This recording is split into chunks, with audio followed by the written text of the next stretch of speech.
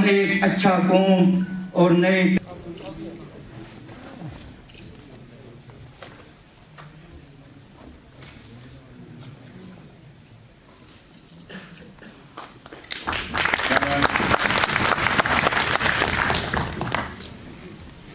पूरे उत्तम है।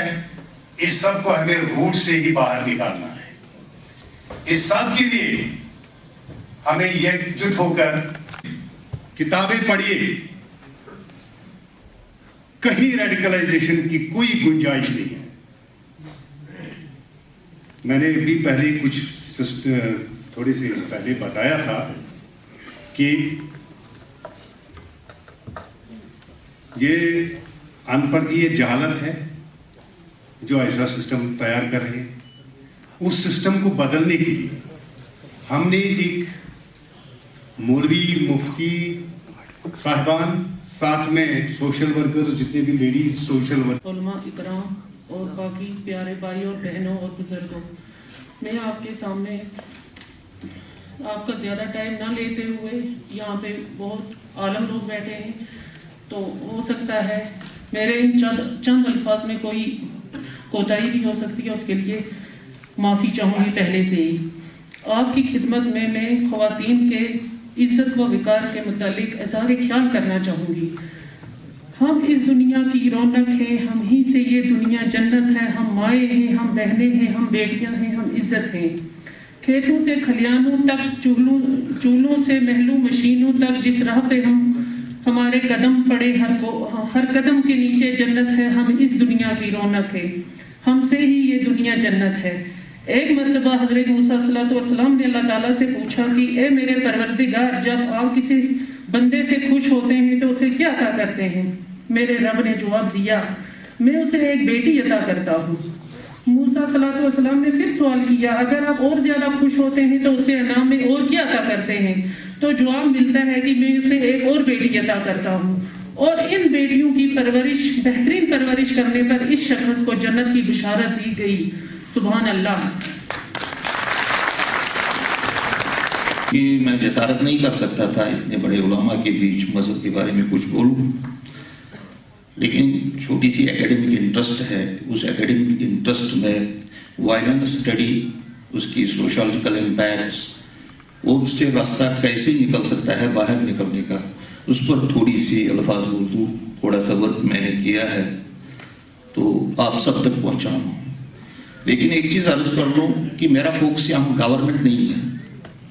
मेरा फोकस सभी आप जितने भी मजहबी उलमा हैं, मसाजिद के आइमा हैं, जो सोशल लीडर्स हैं, सोशल एक्टिविस्ट्स हैं, सभी वो हैं कि हम क्या कर सकते हैं। क्योंकि हम हमेशा ये सोचते हैं कि गवर्नमेंट क्या कर सकती है, लेकिन कभी इस तरफ ध्यान नहीं देती है कि हम क्या कर सकते हैं। इसलिए इस पेपर में थोड़ा सा वर्क उस बात पर किया हुआ है। चूंकि अक्सर अंग्रेजी में लिखता हूँ, अखबार में लिखता हूँ, किसी और जगह लिखता हूँ, इसलिए ये पेपर भी अंग्रेजी में है। अगर मुझे बात लगा कि कहीं उर्दू की जरूरत पड़ेगी तो मैं थोड़ा सा उसको उर्दू में भी ट्रांसलेट कर लूँ। It is an honor for me to be given an opportunity to put up my views before this august audience of learned group of persons which have a capacity to lead the masses on the path of progress and prosperity.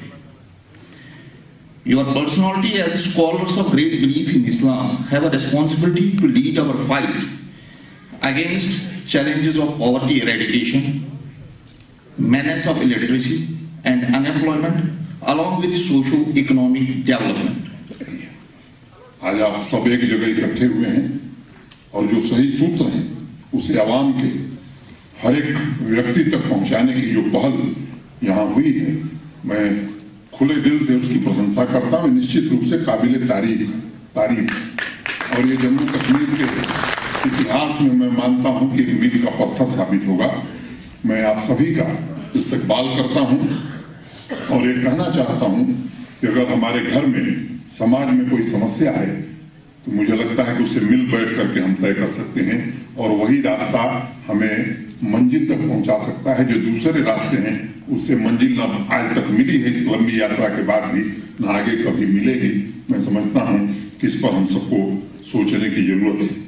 किसी समस्या से नजर हटा लेना बड़ा आसान है लेकिन उस समस्या को हल करना ये बड़ा दुष्कर कार्य होता है, कठिन कार्य होता है। इसलिए ज्यादातर हमने देखा है कि लोग समस्या से मुंह फेर लेते हैं और उन्हें लगता है कि लो भाई हो गया समाधान। मैं समझता हूं कि समस्या से मुंह फेरने की जरूरत नहीं है, ना हमको ना आप सबको। समस्या का सामना करना, मुझे लगता है कि यही हमारे लिए रास्ता है, तभी हम समाधान तक पहुंचे हैं। तो मुझे खुशी है कि आप सब आवाम के टार्च बियर हैं, पथ प्रदर्शक हैं, गाइड हैं। और एजुकेशन के मॉडर्नाइजेशन पर भी यहाँ चर्चा हुई है, काउंटर रेडिकलाइजेशन पर भी यहाँ चर्चा हुई है, तथा इस्लाम की सही व्याख्या लोगों तक पहुंचाई जाए, इसकी भी बात यहाँ की गई है। मैं ऐतिहासिक लम्हा इसे मानता हूं जम्मू कश्मीर के लिए, और मैं समझता हूं कि अज्ञानता की वजह से कई लोगों ने इस्लाम का जो संदेश है उसे तोड़ मरोड़ करके प्रस्तुत किया है। मैं ये नहीं कह सकता कि उनका वेस्टेड इंटरेस्ट है, क्योंकि मैं कहूंगा तो बात दूर का लग जाएगी, इसलिए मैं उस बात को नहीं कहूंगा। आप मुझसे बेहतर समझते हैं और मुझे लगता है कि इसको आप जरूर सोचें। मौलाना वहीदुद्दीन खान के अलावा ऐसे कई मौलवी और खातिब हैं जो कहते हैं कि ऐसे लोगों ने इस्लामी ग्रंथों को या तो ठीक से पढ़ा नहीं या चयनित भाग को ही जानबूझ करके लोगों को बताया और गलत व्याख्या की। सिर्फ धर्म की नहीं, बल्कि मैं समझता हूं कि पूरी मानवता, पूरी दुनिया का इन लोगों ने नुकसान किया है, और इस नुकसान की भरपाई कैसे हो, ये विचार का विषय जरूर होना चाहिए। एक सबसे बड़ा सवाल ये है कि अगर दो इंसान एक बगीचे में जाएं और एक व्यक्ति को फूल नजर आए और दूसरे को कांटा नजर आए, तो फिर ऐसी परिस्थिति में माली का, गार्डनर का दायित्व क्या हो जाता है? मुझे लगता है कि जिसको फूल दिखाई पड़ेगा वो तो समझेगा कि बगीचा बहुत अच्छा है, लेकिन जिसे कांटा दिखाई पड़ेगा तो वो यही कहेगा कि साहब ये बकवास का बगीचा लगा दिया है, इसमें तो केवल कांटे हैं। मैं समझता हूं कि माली का जो प्राथमिक दायित्व है कि वो फूल के महत्व को समझावे, और आप सब जो यहाँ काम कर रहे हैं वो माली का ही काम कर रहे हैं। फूल के महत्व को आप समझा रहे हैं, और जिनके हाथों में कांटे हैं, मैं समझता हूं कि आप सबकी कोशिश से आने वाले समय में उनके हाथ में भी फूल हो, वो दिन भी मुझे लगता है कि हम सब देख सकते हैं। सही रास्ते पर सब लोग चलें, ये हम सबकी सामूहिक जिम्मेदारी है। कोई यहाँ ऐसा नहीं है जो चाहता है किसी का नुकसान। सब लोग इसी भाव से हैं कि यहाँ के आवाम का भला हो, यहाँ के नौजवान का भला हो, और इस दिशा में हम सब मिलकर के काम करें। आप सब लोगों का मैं बहुत आभारी हूँ, सभी गुणीजनों का मैं धन्यवाद करता हूँ, और इस ऐतिहासिक आयोजन के लिए मैं कृतज्ञता ज्ञापित करता हूँ। और अंत में मैं कहना चाहूंगा कि चलो ऐसा सजदा करें, चलो ऐसा सजदा करें कि सब दीवारें गुम हो जाए, कि सब दीवारें गुम हो जाए, जहां मस्ती अपने आप में ऐसी ढले कि खुद ही गुम हो जाए। इस दिशा में हम सब सोचें, मदरसों में किस तरह से मॉडर्न एजुकेशन हम पहुंचा सकते हैं। और दूसरा जिक्र भी मंच से भी हुआ है कि नशा की ओर यहाँ की युवा पीढ़ी जा रही है। आप सबसे विनम्रता पूर्वक मैं निवेदन करना चाहता हूं, जहां भी आपको अवसर मिल रहा है धार्मिक आयोजन, मुझे लगता है कि प्रशासन का जो काम है सेंटर बनाना, उस दिशा में हम काम करेंगे।